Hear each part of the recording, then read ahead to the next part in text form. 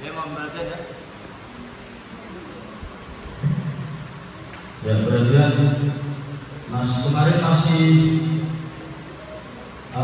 tarifnya Nabi Ibrahim dan Nabi Ismail ya. Nah, jadi Nabi Ibrahim itu punya anak sangat lama sekali, tapi Nabi Ibrahim tidak pernah putus asa. Ya, selalu berdoa, Rabbi habli minas sholihin, ya Allah, berikanlah kepadaku anak atau putra yang soleh. Dan kemudian kita lanjutkan surat As-Saffat ayat 102 sampai dengan 110 ini. A'udzu billahi minasyaitonir rajim. Falamma balagha ma'ahu sa'ya, maka tatkala anak itu sampai, anak itu yang dimaksud siapa? Nabi Ismail. Anak itu sampai pada umur mampu berusaha. Berarti mampu berusaha kalau di dalam bahasa kita berarti usianya itu antara kurang lebih 12 tahun. Ya. Berusaha bersama-sama Ibrahim, berarti sudah bisa membantu bapaknya. Ketika ke ladang sudah bisa membantu, ketika bekerja sudah bisa membantu. Itu yang dimaksud dengan sudah mampu untuk berusaha.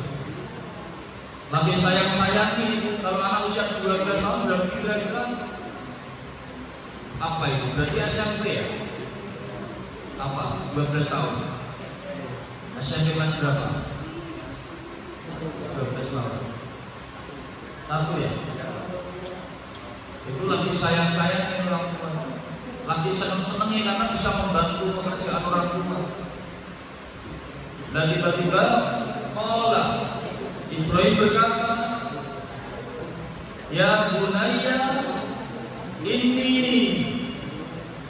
ara fil manam, hai anakku, yang dipanggil berkata adalah Nabi Ismail, hai anakku, sesungguhnya aku melihat dalam mimpi.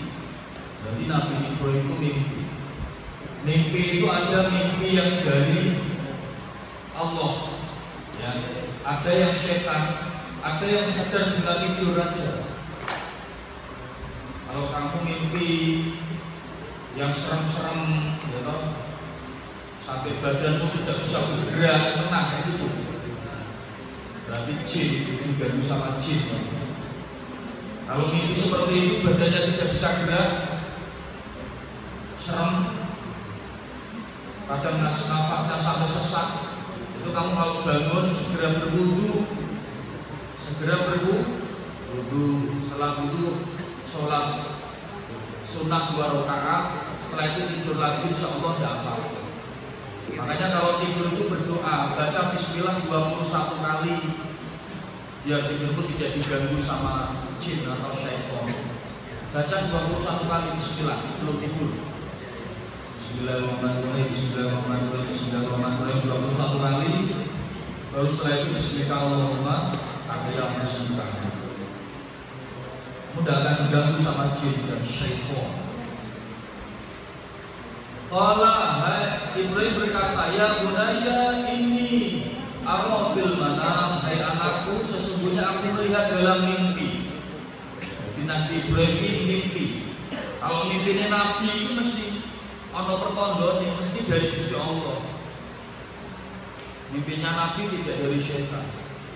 Ini abbakuka fanzur madza tara, bahwa aku mimpiku aku menyembelihmu. Nabi Ismail, aku mimpi itu aku menyembelihmu.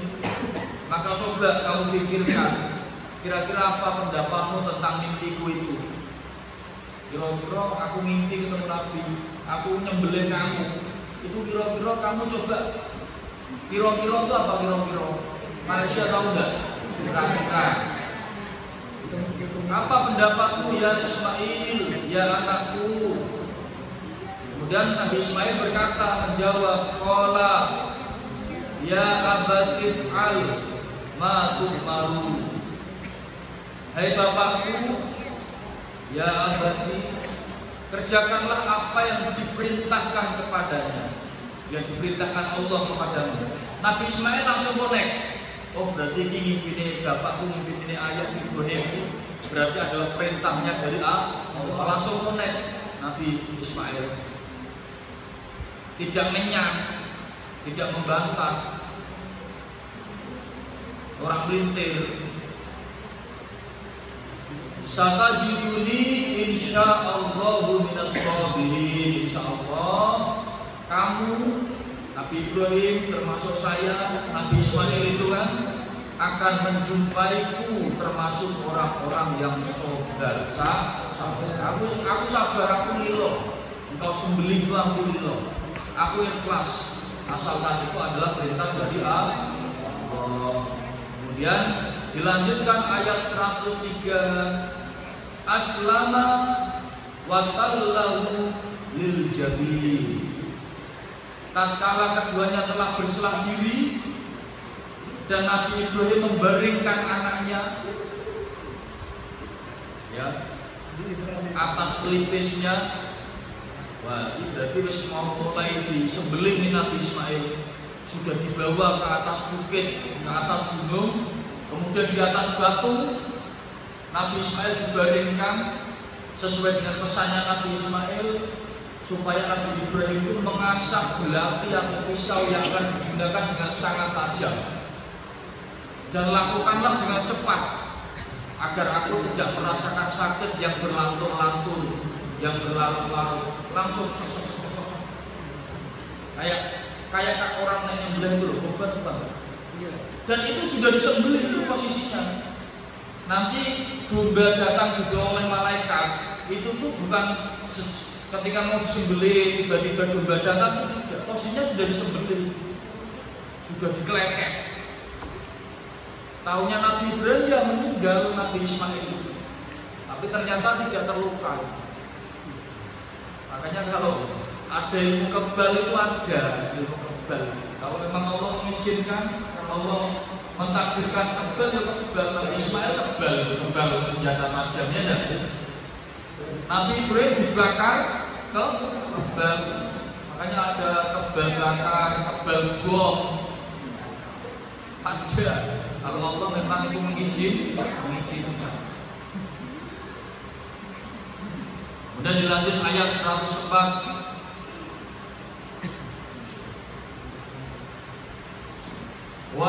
Wanadainahu ayya Ibrahim, dan kami memanggil dia, hai Ibrahim. Kami itu berarti Allah. Nyeluk, hai Ibrahim, qad shaddaqtar ru'ya. Sesungguhnya kamu telah membenarkan mimpi itu, mimpi yang dariku dari Allah. Qad shaddaqtar ru'ya, mimpi. Inna kadzalika najzil muhsinin. Ya, sesungguhnya demikianlah kami memberi balasan kepada orang-orang yang berbuat baik. Nabi Ibrahim jelas baik orang. Karena memang orang bantah belas harus Allah. Ketika ingin dia diikuti, diperintahkan menyembelih anaknya yang sangat dia sayangi, sangat dikasihi, diikuti. Anak emas Nabi Ismail itu. Bukan cuma ganteng Nabi Ismail itu, ganteng cerdas Nabi Ismail itu. Sayang sekali Nabi Ibrahim sama Nabi Ismail itu, tapi lebih mengutamakan perintahnya Allah. Inna hadza lahwal bala'ul mubin. Sesungguhnya ini benar-benar suatu ujian yang nyata. Ujiannya gimana itu? Ecek-ecek Nabi Ibrahim. Nabi sama manusia biasa ujiannya masih berat Nabi. Manusia biasa seperti kita belum ada apa-apanya ujian ini.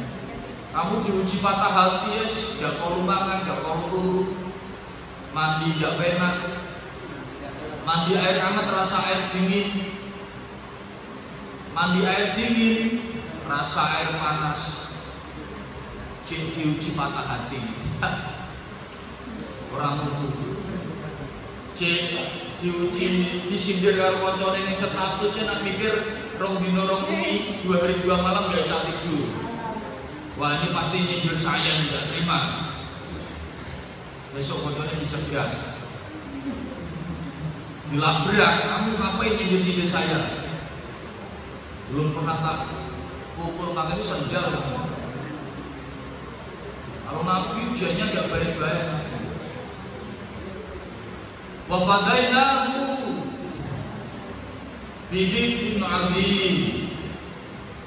Kami menebusnya dengan hewan sembelihan yang besar, dengan domba atau apa namanya itu, kambing kibas yang besar, gemuk, baginya akeh, marem.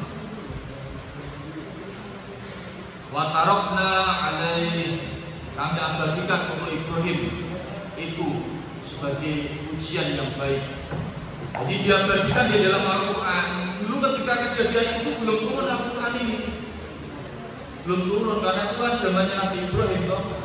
Nabi Ibrahim itu kan apa, kakek moyangnya Nabi Muhammad, belum turun. Nah kemudian diabadikan di dalam Al-Quran ini. Wa tarakna alaihi, kami abadikan untuk Nabi Ibrahim yang sudah sangat sabar, yang sudah sangat sama sekali tidak meragukan perintah Allah meskipun itu di dalam mimpi.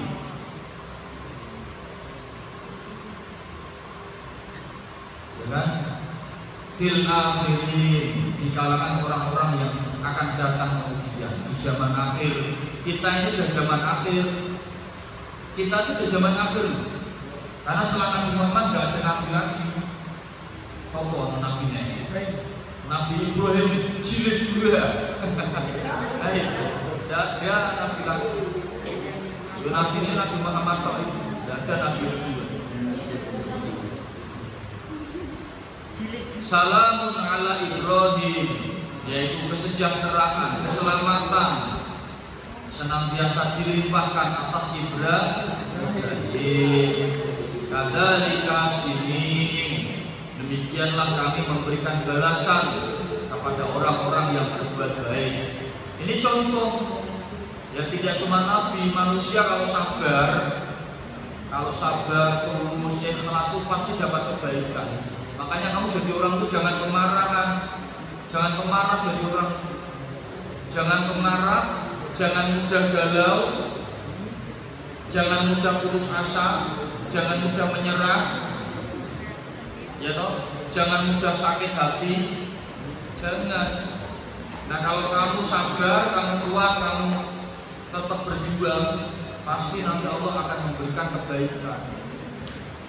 Wes tenanan, nabado dari orang tua, jauh dari orang tua selama 3 tahun, misalnya kamu mondok, ajaran prihatin, di sini makan di seadanya, tidur seadanya, dikeroyok nyamuk, ya kan? Gak bebas seperti teman-teman yang lain. Kalau teman-teman yang lain mau jalan-jalan kemana, Pulau Sewu, mau ke Gua Kesandor, mau ke Dongso, mau sawaya-waya bisa, kamu tidak bisa. Kamu di sini untuk mengekang hawa nafsu dan keinginan liarmu itu dikekang ini. Yang pengen foya-foya, bersenang-senang, nongkrong-nongkrong gak berguna itu dikekang. Lah nanti hasil kekanganmu itu akan diunduh ketika nanti kamu dewasa. Oh iya, berarti ini bagian dari tirakatu. Nah, orang kalau belum tirakatu pasti nanti akan mendapatkan berkat. Berkat itu berkah. Kemudian setelah kejadian itu mulailah disyariatkan namanya syariat kurban setiap Idul Adha. Mulai sejak itu kemudian itu disyariatkan di dalam syariatnya umatnya Nabi Muhammad SAW. Disunahkan untuk berkurban bagi yang mampu. Walikulli ummatin, bagi setiap umat. Ja'alna mansaka, kami syariatkan penyembelihan kurban, layak ismallahi, agar mereka menyebut nama Allah. Kamu nyembelih kambing, kalau kamu nyembelihnya atas nama Allah, Bismillahirrahmanirrahim dengan nama Allah, berarti kambing itu halal dimakan, ya enggak? Tapi kalau kamu nyembelih kambing niatnya untuk persembahan, saya niat nyembelih kambing untuk saya persembahkan kepada jin penunggu kuburan supaya saya dikasih nomor, atau saya persembahkan untuk dedemit penunggu pohon besar supaya nanti kalau saya ngeslot saya menang. Itu jadi haram kambingnya, walaupun itu kambing. Tapi nyembelihnya kan tidak atas nama Allah, Pak.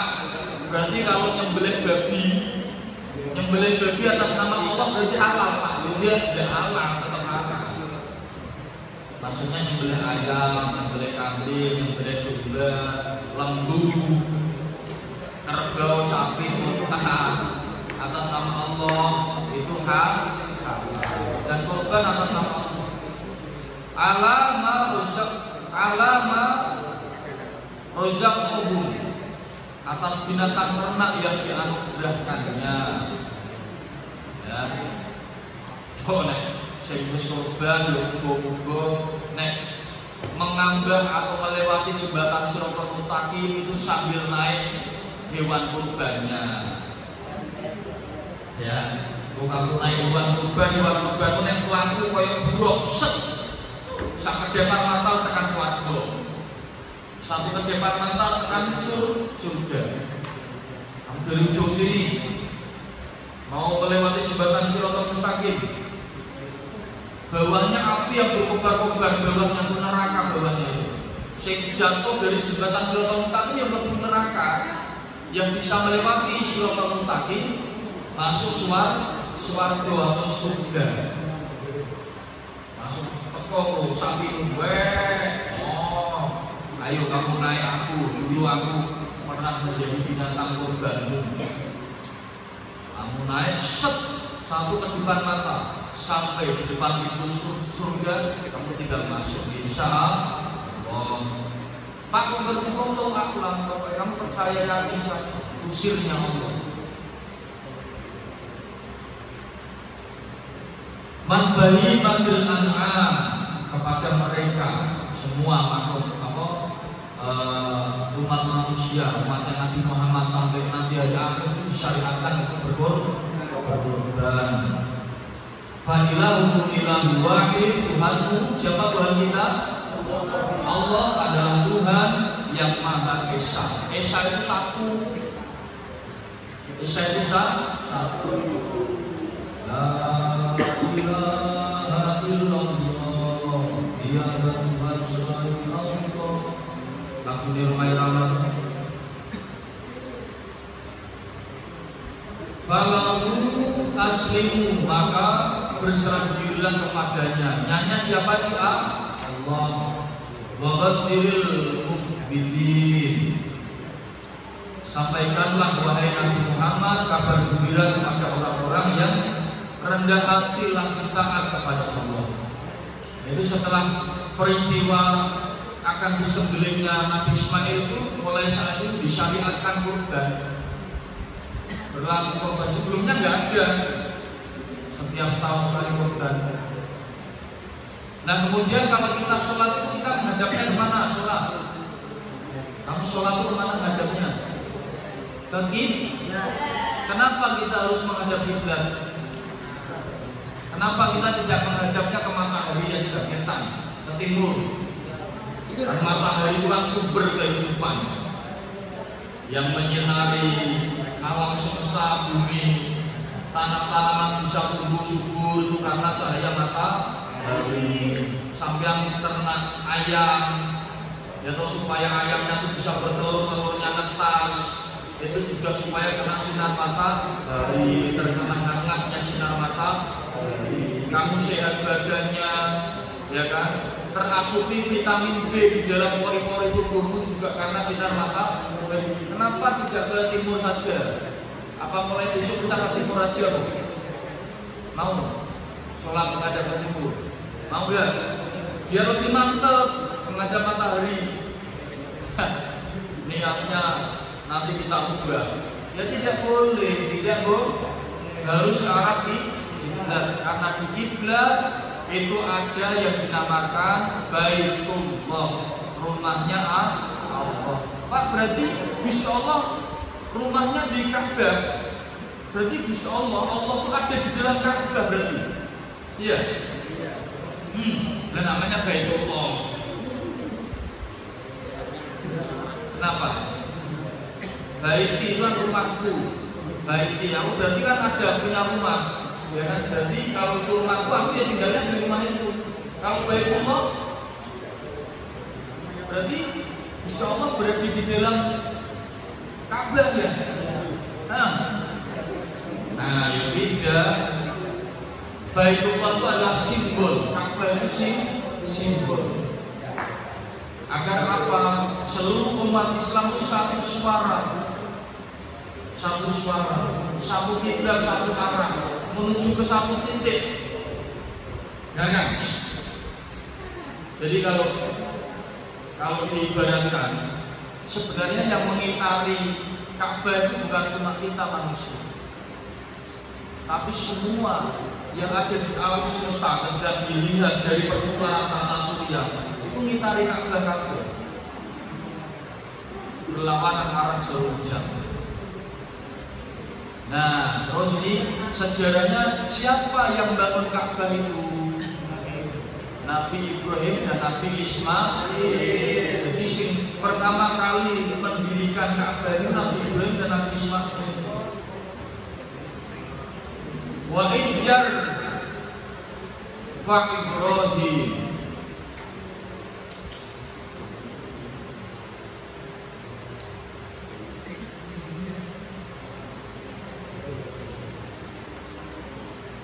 Wa idjar fa Ibrahim. Ingatlah ketika Nabi Ibrahim al-qawaida minal baiti, meninggikan fondasi Baitullah sebagai simbol rumahnya Allah.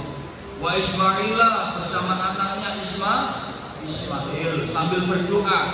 Jadi doanya Nabi Ibrahim ini. Aman yang ngerti berarti doanya Nabi Ibrahim dan Nabi Ismail. Rabbana taqabbal minna. Ya Tuhan kami ya Allah, terimalah amal dari kami, semua amal diterima. Sampai kamu menuntut ilmu itu amal diterima. Kamu tidur niatkan ibadah, amal diterima. Nah, kamu sholat, kamu ngaji, kamu puasa, kamu belajar, kamu berbakti kepada orang tua dan guru, kamu berbaik kepada temanmu, berhusnudzon kepada temanmu, bersabar ketika kamu ditimpa musibah, ditimpa cobaan, itu semuanya amal. Seraya berdoa, Rabbana taqabbal minna, ya Allah, ya Tuhan kami, terimalah amal dari kami, innaka antas samiul alim. Sesungguhnya Engkau Allah yang maha mendengar lagi maha mengetahui. Kamu malam-malam bangun, gak ada orang yang bangun, cuma kamu tok, ya toh. Terus kamu makan, kamu minum, Allah tahu, teman tidak ada yang tahu. Puasa misalnya, puasa sehari, kamu gak kuat, paksa istirahat, masuk ke asrama, tidak ada siapa-siapa, ya kan? Nah ternyata ada di lemarimu kamu masih nyimpen Sprite atau minuman rasa jeruk, tidak ada orangnya, kamu buka, kamu minum, tidak ada yang lihat ini, tetap saja dosa. Paham ini? Nah itu tentang tarikh atau sejarahnya Nabi Ibrahim alaihi salam. Ada pertanyaan? Apa sih takon? Him mau tanya apa Him? Galau apa Him? Apa di galau? Galau kan urusan hati Ibrahim. Jadi orang itu jangan gampang galau. Buat apa susah itu tidak ada gunanya. Kan senang lagu itu, kamu bikin senang. Tapi kalau tidak ada